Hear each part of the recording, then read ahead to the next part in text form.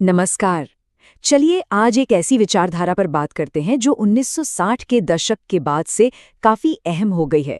इसका नाम है पारिस्थितिवाद।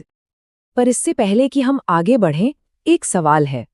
क्या पर्यावरण को बचाने का मतलब सिर्फ हम इंसानों को बचाना है, या फिर इसका कोई गहरा मतलब भी है? यही वो सवाल है जो पारिस्थितिकीवाद की जड़ में है।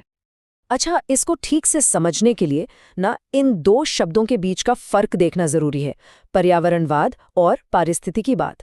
देखिए, पर्यावरणवाद कहता है कि हमें पर्यावरण की रक्षा करनी चाहिए क्योंकि इसका सीधा असर हम इंसानों पर पड़ता है।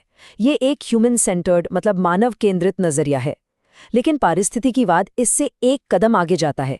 ये कहता है कि प्रकृति की अपनी एक वैल्यू है, वो अपने आप में ही कीमती है, भले ही वो इंसानों के किसी काम आए या न आए। तो इस प्रकृति केंद्रित सोच के पीछे असल में है क्या? चलिए इसके कुछ उन बड़े आइडियाज को समझते हैं जो इसे दूसरी विचारधाराओं से बिल्कुल अलग बनाते हैं। तो सबसे पहला और सबसे जरूरी सिद्धांत है पूर्णतावाद, या जिसे होलिज्म कहते हैं। ये शब्द 1926 में जेन स्मट्स ने दिया था। इसका सीधा सा मतलब ये है कि आप कुदरत को उसके अलग अलग टुकड़ों में तोड़कर नहीं समझ सकते। उसे समझने के लिए एक पूरी जुड़ी हुई चीज की तरह ही देखना होगा। और जैसा कि स्मिथ्स ने खुद इसे बहुत अच्छे से समझाया, संपूर्ण उसके हिस्सों से ज्यादा महत्वपूर्ण है। ये एक बहुत ही पावरफुल आइडिया है जो इंसान को दुनिया के सेंटर से हटाकर उसे प्रकृति का ही एक हिस्सा मानता है। अगला जो बड़ा आइडिया है वो है सस्टेनेबिलिटी का। ये आजकल की ग्रोथ मेनिया मतलब विकास के पीछे जो पागलपन है उसकी सीधी सीधी आलोचना है। पारिस्थितिकवादी कहते हैं कि हमारा प्लैनेट तो फाइनाइट है, मतलब इसके संसाधन सीमित हैं, और इस पर अनलिमिटेड मटेरियल ग्रोथ की चाहत रखना ही असल में पर्यावरण से जुड़ी तबाही की असली वजह है। इस आइडिया को समझाने के लिए केनेथ बोल्डिंग ने कमाल का उदाहरण दिया। उन्होंने धरती को एक स्पेसशिप यानी अंतरिक्ष यान बताया। सोचिए, एक ऐसा यान जिसके पास बहुत लिमिटेड सामान है जो कभी भी खत्म हो सकता है, तो जाहिर है उसे बहुत ही सावधानी से इस्तेमाल करना होगा। और यहीं से पारिस्थितिवाद का नैतिक पहलू सामने आता है। पर्यावरणीय आचार नीति ये हमारी नैतिक जिम्मेदारियों के दायरे को बढ़ा देती है, सिर्फ आज के लिए नहीं बल्कि आने वाली पीढ़ियों के लिए भी। इसे इंटरजेनरेशनल जस्टिस कहते हैं। मतलब हमारे आज के फैसलों का बुरा असर भविष्य की पीढ़ियों पर नहीं पड़ना चाहिए, और सिर्फ इंसानों के लिए ही नहीं बल्कि दूसरे जीव जंतुओं के लिए भी।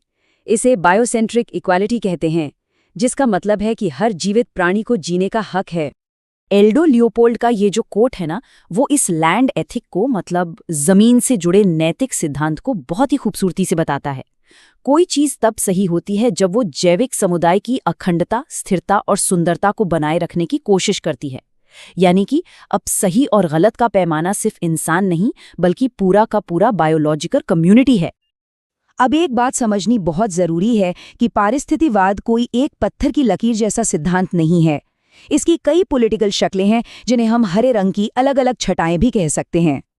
जैसे कि इको सोशलिज्म, जो ये मानता है कि कैपिटलिज्म का मुनाफे के लिए लालच ही सारे पर्यावरणीय समस्याओं की जड़ है। फिर है इको अराजकतावाद, जो बड़ी बड़ी सरकारों के बजाय छोटी आत्मनिर्भर कम्युनिटीज में प्रकृति के साथ तालमेल बिठाने की बात करता है।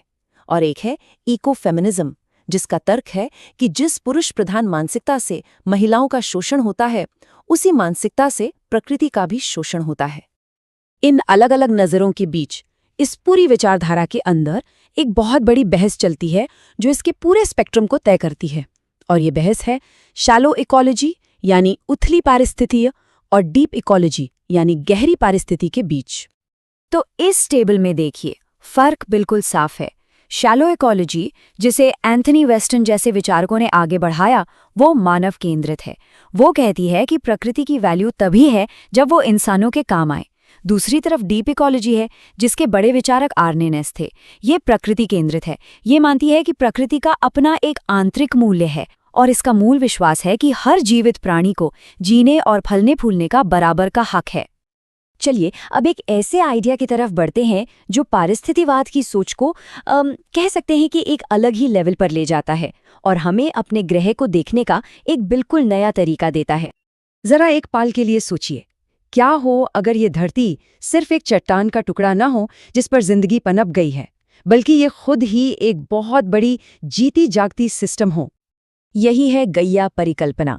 इसे 1970 के दशक में केमिस्ट जेम्स लवलॉक और माइक्रोबायोलॉजिस्ट लिन मार्गुलिस ने दुनिया के सामने रखा था। ये थ्योरी कहती है कि धरती पर मौजूद सभी जीव और उनके आसपास का निर्जीव वातावरण जैसे हवा, पानी, पत्थर, ये सब मिलकर एक सिंगल सेल्फ रेगुलेटिंग सिस्टम बनाते हैं जो खुद ही जिंदगी के लिए सही माहौल बनाए रखता है। तो अगर इसे आसान भाषा में समझना हो तो ये सिद्धांत 4 बातों पर टिका है। पहली, पृथ्वी एक सेल्फ रेगुलेटिंग सिस्टम है। दूसरी, इस पूरे सिस्टम को ग्रीक देवी के नाम पर गाया कहा जाता है। तीसरी, ये गाया सिस्टम जिंदगी के लिए हमेशा एक सही माहौल बनाकर रखती है। और चौथी और सबसे अहम बात, इसका सार ये है कि पृथ्वी जीवित है। तो ये सारी बातें हमें एक बहुत ही गहरे सवाल पर लाकर छोड़ देती हैं। अगर हम सच में एक जिंदा सिस्टम का हिस्सा हैं, तो फिर हमारी क्या जिम्मेदारी बनती है? ये सोच हमसे अपने अस्तित्व के बारे में क्या कहने की कोशिश कर रही है?